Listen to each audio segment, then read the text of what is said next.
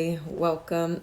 It is Friday night, and welcome to Always Red. In all ways, remain enlightened and defeat deception.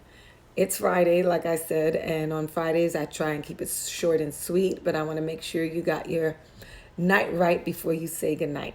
Hey, Nicole, how you doing? So I keep it short and sweet on Fridays. All right. So what I wanted to talk about tonight, this week we focused on faith, right? And don't give up on what you've been praying for.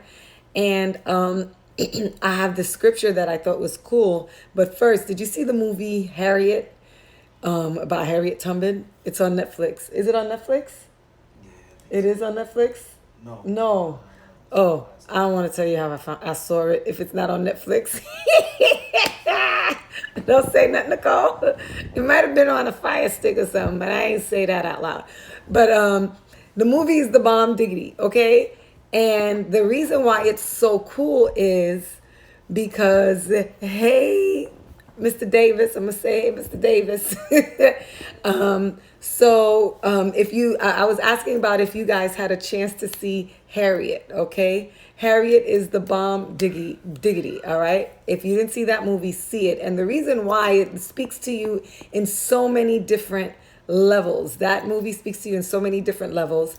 And one of the things that struck out to me, two things that struck out to me in that movie, was when Harriet was praying, her slave master caught her, and he was like, the God doesn't hear niggers, excuse my language, prayers, right? But she was adamant, and she continued to pray anyway, right? I don't want to tell you the story.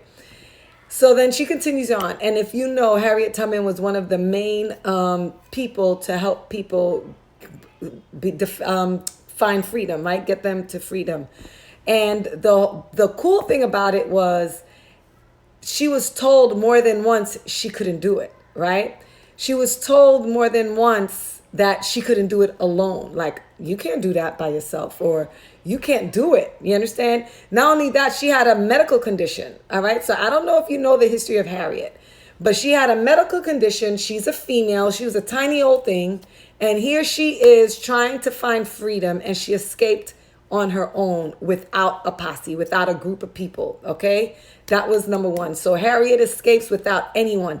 Despite a pastor telling her she couldn't do it, she went on. She makes it to Philadelphia, right? And they're looking at her, okay, where are the people that you were supposed to escape with? And she was like, it's just me. And they was like, how did you do that? How did you travel? I think it was like 100 miles, over 100 miles by yourself on feet, and survived, right? So she was like, I just did. And then she said, the Lord speaks to me. And catch this. They put down, because she's talking to the guy who's in charge of the Underground Railroad, and he takes log of whoever made it to freedom. And he writes down, in response to the Lord speaks to me, he put down mental damage. All right, immediately puts her down and assumes it's mental damage. But what was she doing?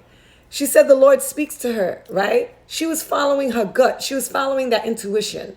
She was walking by faith. Something in her told her, slavery isn't right. I don't feel comfortable with what I have.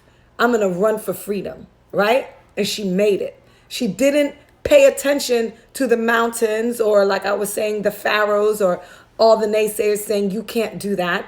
On top of that, now she makes it to freedom. She wants to go back for her family, and the guy's like, you can't do this. You need skill. You need to be an expert. And she ignored him. Don't tell me what I can't do. I started this week telling you that I want to say I'm like the queen of faith.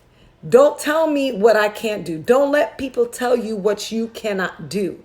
There's a desire in you, a passion in you that God has only told you. Nobody else knows your capabilities. So do not allow the other people outside to direct and dictate your life. You have God living in you, and there's nothing impossible.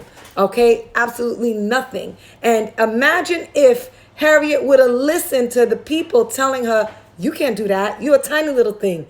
How are you going to do that? She went back several times, many times. She was responsible. She was the number one conductor Do you understand? And imagine all the lives she saved. Do you see what I'm saying? So I tell you this, when you have a passion about something and you're really serious about it, don't let no one hold you back. Don't let circumstance hold you back. Don't let fear hold you back. Don't let, maybe I need to be validated or other people's approval to hold you back. No, you go with your gut. Trust yourself. Trust the God within. Trust the I am. All right. And just don't give up. All right. I know, I know that is for me how I've been able to overcome so many obstacles in my life. And like I've mentioned before, I want to do the same thing. I want to help you do the same thing.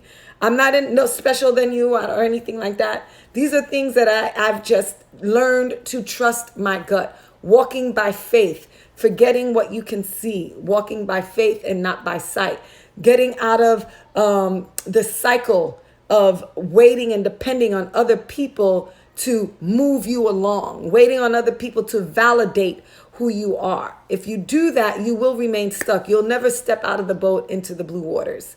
All right. In Matthew's 9:29, let me share it with you before I try and guess it. But I tell you all of that for this. Trust your gut. Then he touched their eyes, saying, according to your faith, it will be done to you. All right. This is the amplified version. According to your faith, it'll be done for you. I told you the Bible to me is like an onion. I peel it and I get the nuggets out of it, right? So we all have our measure of faith in us. We are where we are. Unfortunately, as a man thinketh, so he is. The I am, God said when he sent Moses, and he said, when they ask who sent me, he said, say that I am sent me. So who are you? You I am. You are I am. So keep walking by faith and not by sight. You have a measure of faith within you. You understand? And as long as you believe, it shall be done. Don't waver. Don't go back. Don't go backwards, because then you're going to turn into that pillar of salt. Granted, that might be your comfort zone, but don't go backwards. It's not worth it. It's just not. It looks so much better, looking forward and moving forward. All right. So I love you guys. And now I got to tone it down, right? This is all about getting your mind right before we say good night. Get your mind right before we say good night. And we do this so that we can impress on our subconscious. We are intentionally telling our subconscious what it is that we want to think about, what it is that we want to be established in our future. So intentionally, we rebuke or we release all the negativity of the day, all of the bad stuff, the arguments, the confusions, the lack, whatever it is. So we take that deep breath. Remember when we're taking in that deep breath? You're taking in life. You're taking in new ideas. You're taking in picture energy coming in through your head, through your fingers, and through your toes, right? You're taking in peace. Breath is life, all right? And then when you release it, you're releasing all that negativity of the day, all the negativity of the world, all the coronavirus issues, all the lack. That has nothing to do with you. Check out Psalms 34. Even when the world is in famine, I shall never lack any good thing, right? So release that. That's that. And then once you do that, you thank God for whatever you can think of to thank God for. So you're entering in with gratitude, appreciation of all that he's done for you. Okay. And then once that's done, we're going to go into intentionally impressing on our subconscious on what it is that we're believing for.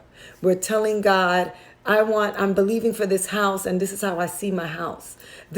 I'm believing in this husband, and this is how I see my husband. And when I say intentionally, you're even activating your senses. I'm going to always remind you about activating your senses. Hear it, feel it, act as if you can feel, touch it. What would it smell like if it's something that you can smell? Literally allow yourself to be immersed in that vision. Become it. How would you feel make it so that you feel as if you've already possessed whatever it is that you're believing for. This is what I've done to overcome pretty much everything in my life. Okay. There's nothing in life that I've wanted that I haven't gotten. It may have taken some things may have taken a little longer, but I always got it. Why? Persistence. I never gave up. I focused, I visualized, I paid attention, I meditated. So I'm sharing these with you, and it works. Once you do all of that, I like to do my red journaling, right? I reread what I'm thanking God for. So you're visualizing it, and then you're reading it. And then now you go to sleep, and guess what? Your subconscious is focusing on the good, the positive, this amazing life that you've created that is coming to pass. Okay? And once that's done, you wake up in the morning. You don't run and get on that phone. You don't run and turn on the TV. No. You go in your corner and you meditate and you reflect about what it was that you dreamt about. You meditate and reflect on how you want your day to go. And this is how we get our minds right before we say goodnight. All right? We're intentionally impressing on our subconscious to create the life that you're believing for. And I'm going to let you guys go now with that. Thank you so much for chiming in. If you have any questions or if there's anything you want me to cover next time I come in, I don't do Saturdays or Sundays. That's my time with my family. But I will be here on Monday. Just DM me, all right? If you're interested in the Discovering Your Lies 7-Day Challenge, DM me for that. It's free. It's cool. You get 7 daily videos from me. And it's just to see where your mind is and to see if you're really a positive or negative person. It's really just a fun challenge to do, just to see where your mind is at. All right, DM me if you're interested. And I pray that you have a restful night, a peaceful night, and you wake up feeling rejuvenated, refreshed and rejuvenated. Thank you so much. I appreciate you. And in all ways, remain enlightened and defeat deception. Always red. All right, bye. My pleasure. It's nice to see you, Fashi. Is that how you say your name? But thank you. I'll see you on Monday, okay?